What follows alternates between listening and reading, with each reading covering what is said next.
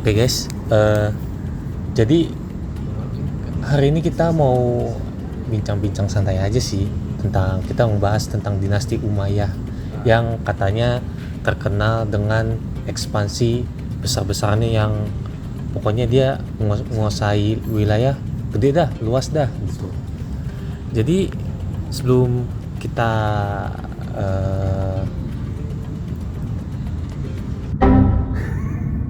Oke, sebelumnya kita mau tahu dulu nih asal usul dinasti Umayyah.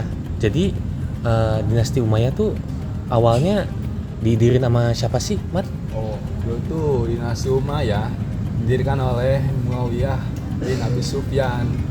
Nah, beliau itu dulunya adalah gubernur kalau nggak salah di negeri Syam yang sekarang tuh bisa disebut Suriah.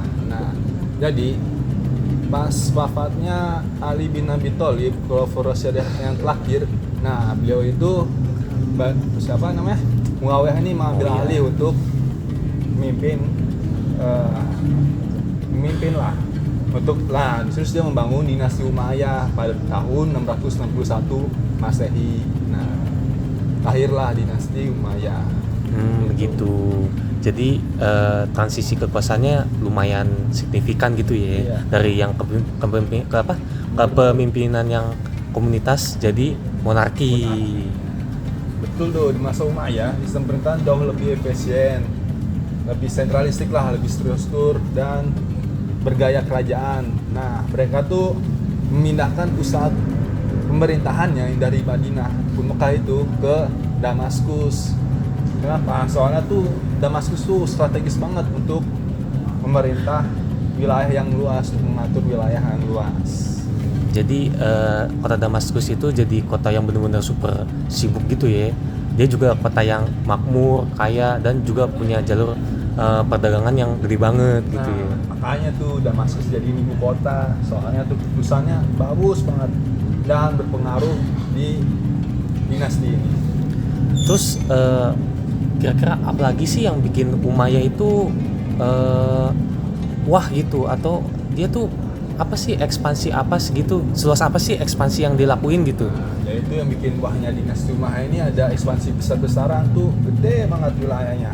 Bahkan sering disebut salah satu imperium terbesar dalam sejarah di barat. Nah, mereka sampai Spanyol melalui Andalus. Nah, terus di Asia Timur mereka mencapai India, terus di Asia Tengah ke selatan sampai Afrika Utara, Sudan dan Maroko. Berarti itu dia ekspansinya luas banget ya. Berarti ibarat kata wilayahnya nggak cuma satu kecamatan gitu, bisa sampai benua-benua gitu kan ya. Bener banget, gede kan tuh. Nah, semuanya tuh diatur dari Damaskus ini, dari kota Damaskus.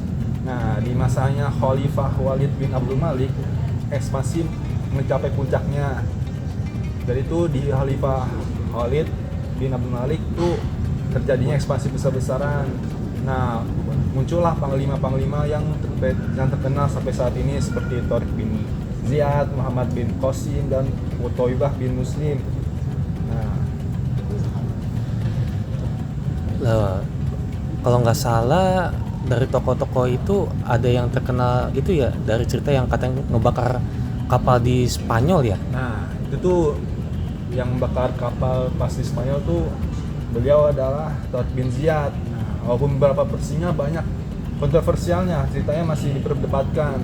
Nah, tapi intinya kontribusinya Tariq bin Ziyad tuh nggak terbantahkan, pokoknya keren.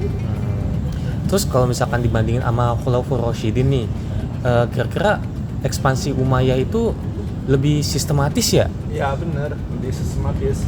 Soalnya mereka punya birokrasi militer dan administrasi yang lebih stabil bahkan, sehingga wilayah luas bisa dikelola lebih efisien. Gitu. Terus selain tadi perang, terus apalagi tuh ekspansi gitu ya, apa sih yang bikin Umayyah tuh lebih wah lagi gitu loh, lebih keren gitu? Banyak sih soalnya.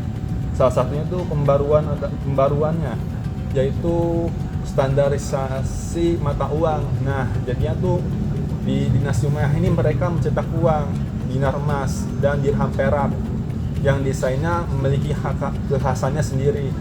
menggantikan mata uang Bizantium dari Persia. Bizantium dan Persia, maaf. Jadi kayak dia tuh bikin identitas sendiri gitu ya. Iya, jadi beda sendiri sama Bizantium sama Persia. Terus kalau nggak salah bahasa Arab juga jadi cikal bakal bahasa internasional ya di dunia Islam ya pada masa itu.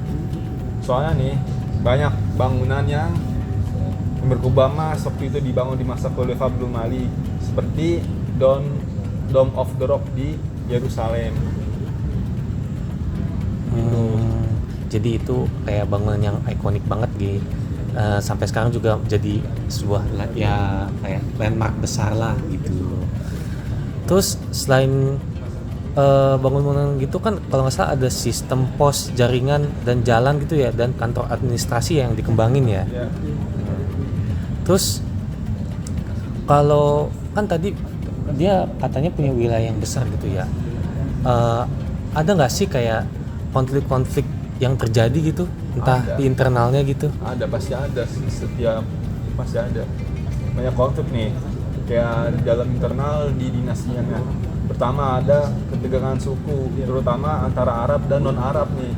Jadi mereka nih dua suku bersitegang yang disebut, nah non Arab nih disebutnya Mawali. Mereka sering merasa diperlakukan tidak adil. Nah jadi tuh suku Mawali ini ataupun non Arab tuh merasa tidak diperlakukan dengan adil oleh pimpinan saat itu. Terus kalau nggak salah, seingat saya ya, Mawali itu kan dia juga kayak harus bayar pajak tertentu gitu kan, nggak kayak orang Arab gitu yang bebas pajak gitu ya. Betul tuh. Nah di situ tuh ketidakadilannya itu bikin jadinya Mawali ataupun non Arab ini tidak puas jadinya. Terus lanjutlah menjadi konflik politik, terutama dari kelompok yang tidak setuju dengan gaya monarki hereditas. Nah mereka ini kembali seperti kepemimpinan lebih egaliter gitu. Jadi yang semulanya sistem dinasti di Umayyah itu, sistem dinastinya malah jadi bumerangnya gitu ya. Soalnya tidak puas Mawali ini. Terus kira-kira walaupun mereka ini udah runtuh nih, udah jatuh kekuasaannya, ada nggak sih warisan atau pengaruh yang masih kerasa sampai sekarang gitu? Masih ada. Bani Umayyah tuh yang jadi itu membaguskan struktur administrasi negara Islam. Ya sekarang sudah dipakai banyak di negara-negara lain. Terus menyebarkan bahasa Arab dan ilmu-ilmunya, bahasa ilmu. Dan mereka membuka jalan bagi kemajuan di era Abbasiyah. Jadi itu Abbasiyah juga melanjutkan dari Bani Umayyah. Enaknya. Terus kalau nggak salah kan pas masa runtuh-runtuhnya gitu, katanya keluarga Umayyah tuh ada yang sempat kabur dan diriin dinasti baru di Spanyol ya? Nah betul itu. Beliau itu namanya Abdurrahman Ad-Dakhil, cucu Khalifah Umayyah, melarikan diri dan mendirikan Umayyah di Andalusia.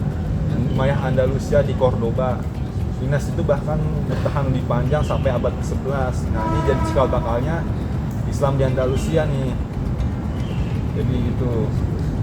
Jadi meskipun ibarat kata mereka tumbangnya di wilayah timur gitu ya, tapi mereka bangkit lagi di wilayah barat. Nah benar juga tuh. Jadi itu Andalusia. Nah jadi pusat, bahkan Andalusia tuh menjadi pusat ilmu pengetahuan dunia selama berabad-abad. Keren nggak tuh? Keren banget pokoknya dinasti Umayyah tuh banyak ngasih semacam warisan, terus juga kehebatan Islam zaman itu. Islam dari militernya, terus ekspansi wilayahnya yang bisa menguasai wilayah seluas itu. Pokoknya keren lah gitu Umayyah. Oke, terima kasih.